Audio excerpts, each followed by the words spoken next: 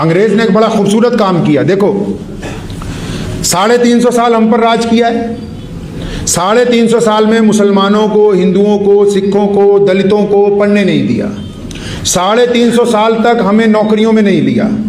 350 साल तक हमारे पर ऐसे एक्ट बनाकर मुकदमात किए, गवर्नरों को पावर दे दी कि कोई अंग्रेज फंस जाए तो छोड़ दो, कोई भारतीय फंस जाए तो फांसी पे लटका दो।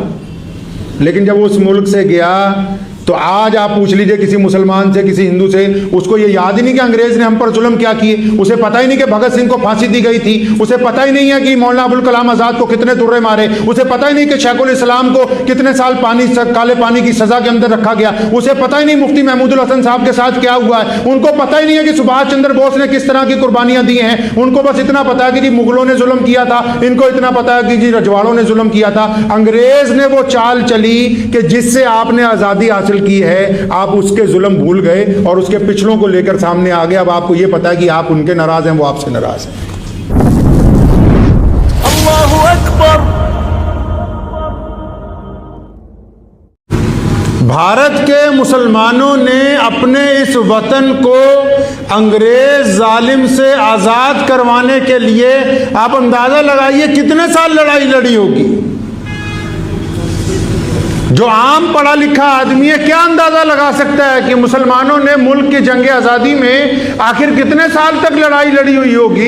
क्या मुसलमानों ने तहरीक आज़ादी 1929 से शुरू की है या मुसलमानों ने तहरीक आज़ादी 19वीं सदी के इब्तिदा में की थी। क्या हमने 1857 की जंगी की आज़ादी के वक्त अंग्रेज से टकराना शुरू किया था। ऐसा नहीं है, 1-2 दिन की दास्तान नहीं है, 1-2 साल की दास्तान नहीं है, 50-100 साल की दास्तान नहीं है, 100-200 साल की दास्तान नहीं है। 362 साल तक लगातार हम अंग्रेज के साथ टकराए हैं। उसके बाद इस मुल्क को आजादी अता हुई है। 362 साल तक हम अंग्रेज से टकराए। और टकराए क्यों हम अंग्रेज के साथ। आज जिन लोगों को इस्लाम अच्छा नहीं लगता, मैं उन्हें बताना चाहता हूं कि हम अंग्रेज से टकराए क्यों। जब इस मुल्क में अंग्रेज आया, जब उसने ईस्ट इंडिया कंपनी के नाम पर यहां हाथ पैर फैलाने शुरू कर दिए, तो सबसे पहले सिराजुद्दौला ही क्यों उठे। टीपू सुल्तान ने अपनी शहादत क्यों दी है। बहादुर शाह जफर रहमतुल्लाह अलैह के शहजादों का कत्ल क्यों हुआ है। शाह वलीउल्लाह मुहद्दिस देलवी ने कुर्बानी क्यों दी है। शाह इस्माइल, शाह रफीउद्दीन देलवी ने अपनी कुर्बानियां क्यों पेश की हैं। बेगम हजरत महल ने अपनी जान निसार आखिर क्यों कर दी गई इस मुल्क के अंदर। आप पढ़ें अंग्रेज की तारीख और हमारी तारीख। मैं ये नहीं कहता कि दीगर कौमों ने लड़ाई नहीं लड़ी, तमाम अक़वाम शामिल थी, लेकिन बहम हैसियत मुसलमान हमने अपने देश को आज़ाद करवाने के लिए फांसी के फंदों को क्यों चूमा। क्या कोई अंदाजा लगा सकता है कि 1857 की जंग आज़ादी में कितने मुसलमान शहीद हुए होंगे। 1-2 मुसलमान शहीद नहीं हुए, 1-2 हज़ार शहीद नहीं हुए, 10-20 हज़ार नहीं हुए। उठाइए तारीख 1857 में जब हम अंग्रेज के खिलाफ लड़े हैं, 5 लाख मुसलमानों ने एक दिन में अपनी शहादत दी है। 5 लाख लोगों ने अपराध में। इतनी आसानी नहीं थी कि अंग्रेज मुल्क को छोड़ने का फैसला कर देता। हमने बड़ी जुर्रत और हिम्मत के साथ 350 साल अंग्रेज के साथ टकराए हैं। मुल्क का कोई जर्रा ऐसा नहीं है और मुल्क की जेलों में लगा हुए फांसी के कोई फंदों में से कोई सबील ऐसी नहीं है जिस पर फर्जंदान इस्लाम ने इस मुल्क को आज़ाद कराने के लिए अपनी कुर्बानी ना पेश की हो। और बाहैसियत मुसलमान हमने अपने देश की आज़ादी की लड़ाई लड़ी क्यों। अंग्रेज ने इस बात पर भी हमारे ऊपर मुकदमात किए, इस बात पर भी हमारे पर रिसर्च की गई कि आखिर दीगर कौमें भी लड़ रही हैं, ये मुसलमान ही आगे आगे क्यों हैं। दीगर अक़वाम भी शहादतें दे रही हैं, ये सबसे आगे ज़्यादा शहादत क्यों देते हैं। तो ये कहा था उस वक्त के बड़े पादरियों ने रिसर्च के बाद कि इनका दीन इनको ये सिखाता है, मुहम्मदुर रसूलुल्लाह सल्लल्लाहु अलैहि वसल्लम ने इनको ये तरबियत दी है, इस्लाम ने इनकी घुट्टी में ये बात डाली है कि जिस जमीन के ऊपर जालिम कब्जा कर ले, जिस तुम्हारे वतन के ऊपर कोई नाजायज हुकूमत बन जाए तो अपनी जान माल इज्जत आबरू अपने वतन के लिए कुर्बान करो। ये इनके दीन ने इनको तरबियत दी है। एक वक्त में 3000 मुसलमानों को काले पानी की सजा हुई है।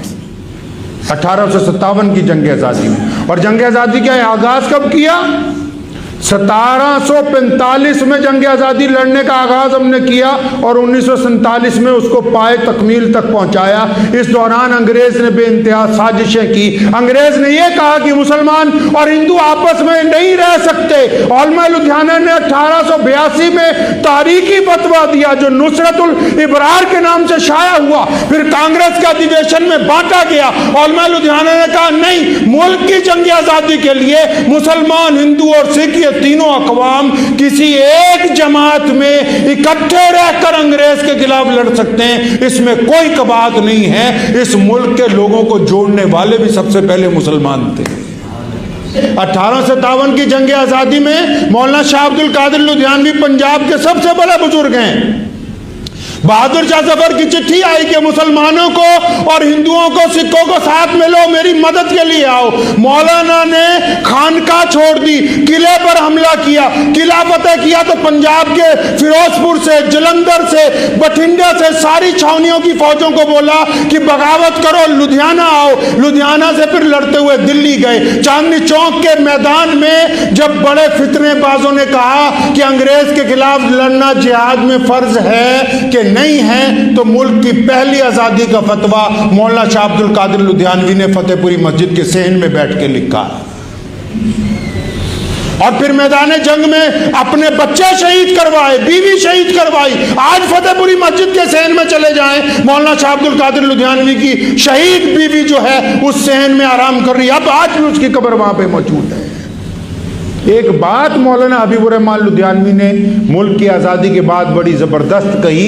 दिल्ली की जामा मस्जिद में खिताब करते हुए फरमाया कि मुल्क की आज़ादी हासिल करना कोई बड़ा काम नहीं था, इस आज़ादी को कायम रखना सबसे बड़ा काम है। हासिल करना कोई बड़ा काम नहीं था, इसको कायम रखना बड़ा काम है। इसमें हर एक इंसान को उसके हक देना बड़ी बात है, मजलूम का साथ देना बड़ी बात है, जालिम को रोक के रखना बड़ी बात है। अपने इस अकीदे को ना भूलें। जितने भी लोग इस मुल्क में रहते हैं, अगर वो अपनी वोट बेचते हैं, अगर वो अपना जमीर बेचते हैं, तो वो उन सब शहीदों के साथ गद्दारी करते हैं जिन्होंने अंग्रेज को इस मुल्क से निकालने के लिए अपनी जानें कुर्बान की। जो लोग सिर्फ ज़ात और बरादरी और मजहब के नाम के ऊपर वोट करते हैं, वो उन तमाम शोहदा को क्या मुंह दिखा सकते हैं कि जिन्होंने अंग्रेज को इस मुल्क से इसलिए निकाला हो कि हम चाहते हैं कि आज़ाद देश के वासी आज़ाद जिंदगी गुजार सकें।